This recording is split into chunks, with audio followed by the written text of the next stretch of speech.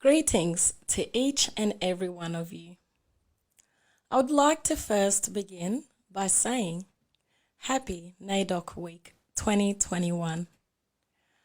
NAIDOC Week celebrates the history, culture and achievements of Aboriginal and Torres Strait Islander people.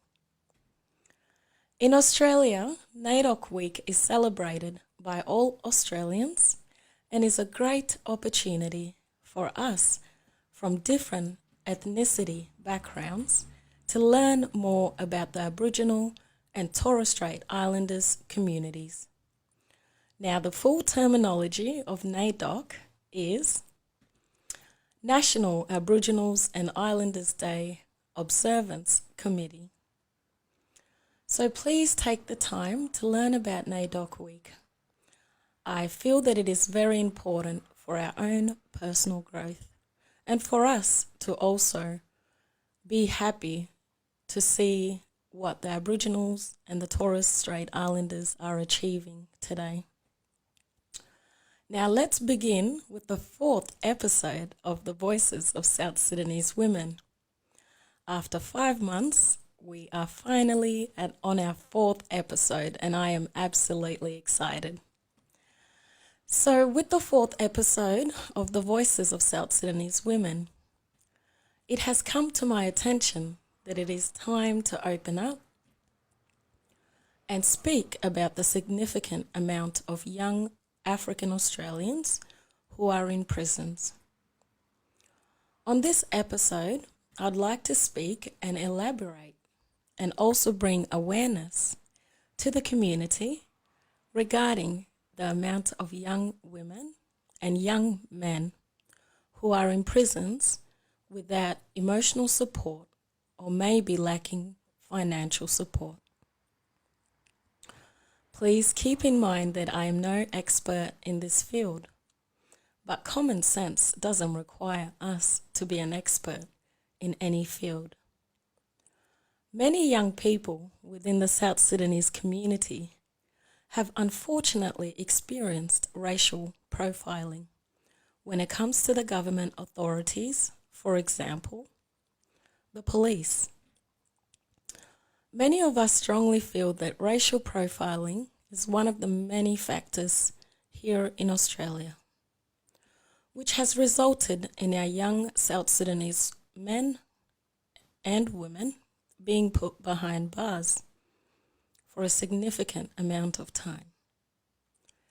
I have taken the time to do a bit of research, and one of the articles which has caught my attention was an article that was conducted earlier this year in March 2021. Within this article, it states that Africans, predominantly South Sudanese youth, comprise at least 19% of young people in custody, despite being less than 0.5% of Victoria's youth population. Many African young people strongly feel that the police are targeting them on the basis of their race. As Australian citizens, we cannot turn a blind eye anymore. This is my perspective. As African Australians, we honestly need to allow ourselves to have passionate authenticity and truth in all that we do. As South Sudanese, we are so comfortable and so used to playing the blame game, instead of first looking within to figure out if we might be the problem. Yes, we can all agree that racial discrimination exists here in Australia. It's very clear. Many of us, including myself, have been a subject to numerous and ongoing racial profiling. But unless we really stand strong for our young men and young women who are in prisons, the cycle will unfortunately still remain the same. As a community, let's challenge ourselves for a minute. Let's challenge ourselves to be there for these young people who are lacking emotional support Let's challenge ourselves to visit a loved one who is in prison and just watch how your world will change. And you will become to realize that it's time we unite and help one another throughout these difficult stages in life. Some people might not agree with me on this topic, but keep in mind that I am only bringing awareness towards our South Sudanese community.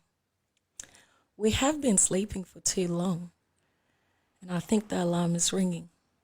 It's time we wake up and start making changes, first within ourselves and then within our community. What I would like to add as well is that within our tribes, you may be Nuer, you might be Shilluk, you might be Dinka. At the end of the day, this message is going out to everyone.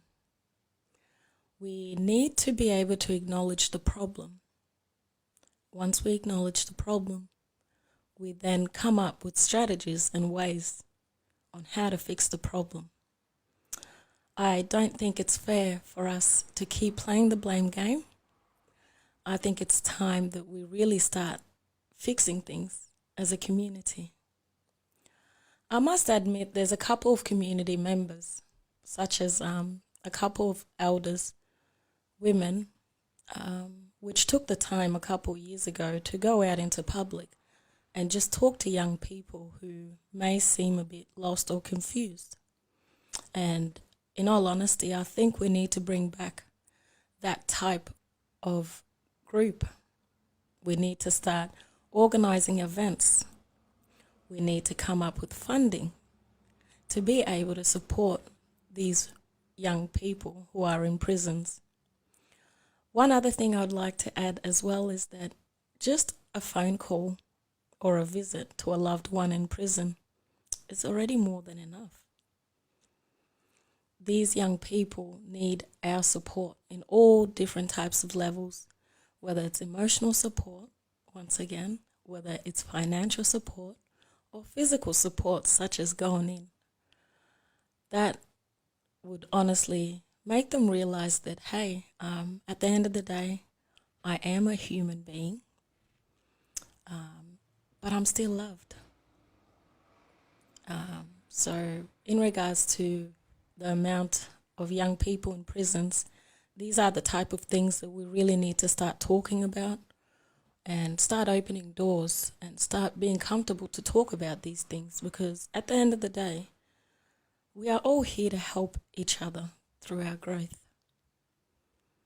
What we need to do is really focus. If we want to make a change here in Australia, we need to unite. We need to become one. We need to start loving each other. We need to start being there for one another. So what I would advise is for us to start talking to each other, because all these things happen due to what's surfing within yourself. If you have no one to talk to about something, your next option might be to go out there and do something that you might regret later on. Let's keep in mind that nobody's perfect in this world. But if we do see that there are people who are going through these stages in life, I strongly feel that we need to start being there for them. So the topic today was pretty much about supporting young people who may be in custody, who may be in prisons, even if you don't know how to support them. There's legal aids, there's legal services. If you're struggling yourself to get a loved one, a lawyer that could support them in court during their trials, just know that there's government services that are absolutely willing to support everyone and anyone from different multicultural backgrounds. So once again, I would like to say thank you to each and every one of you guys for being a part of this journey.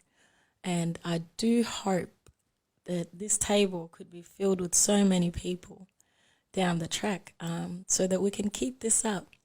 because at the end of the day, this is what we're manifesting in life.